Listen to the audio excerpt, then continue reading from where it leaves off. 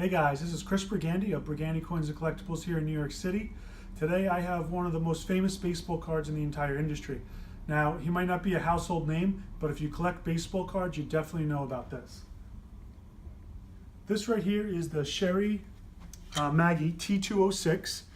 Now, if you've seen this card before, and you might say it's not a rare card, but the reason this one in particular is rare is actually, if you just want to zoom in real quick, right here, this is the famous Magee error card. So his name is actually spelled M-A-G-E-E, and here we have I-E. So this was an error card. It was put out by the American Tobacco Company by mistake and quickly fixed.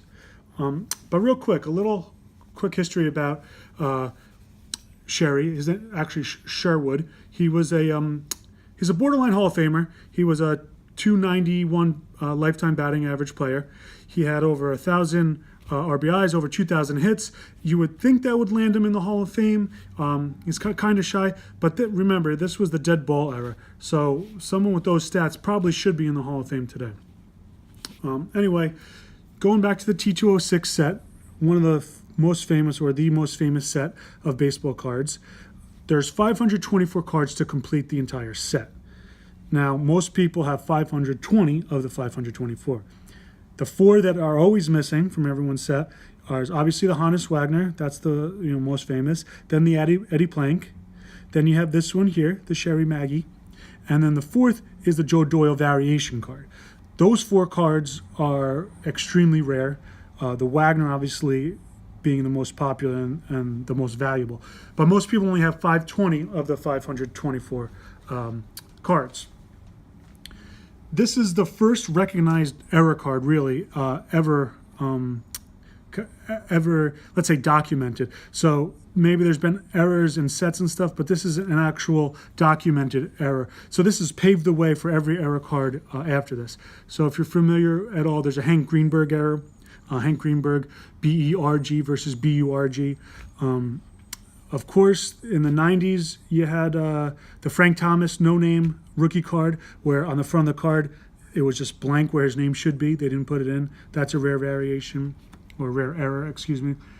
And then another famous card, not too valuable, but everybody talks about it, is the Billy Ripken card, where he put a couple of words on the bottom of his bat that were showing on the card. That one, very famous, not too valuable, but nonetheless, a very popular error card. So let's go into the card itself real quick.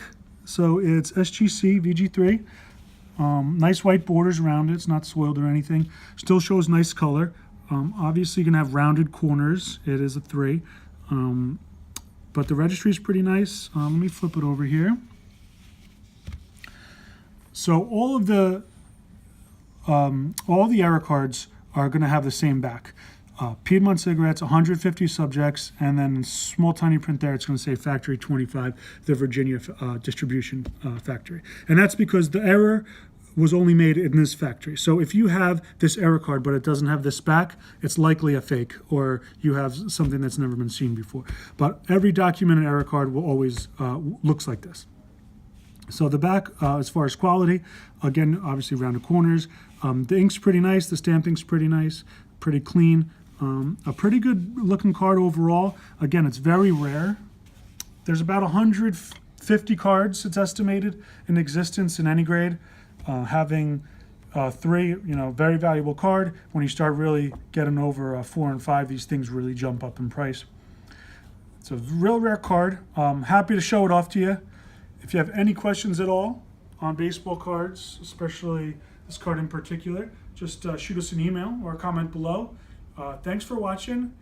Take care. I'll see you next time on Brigandy TV.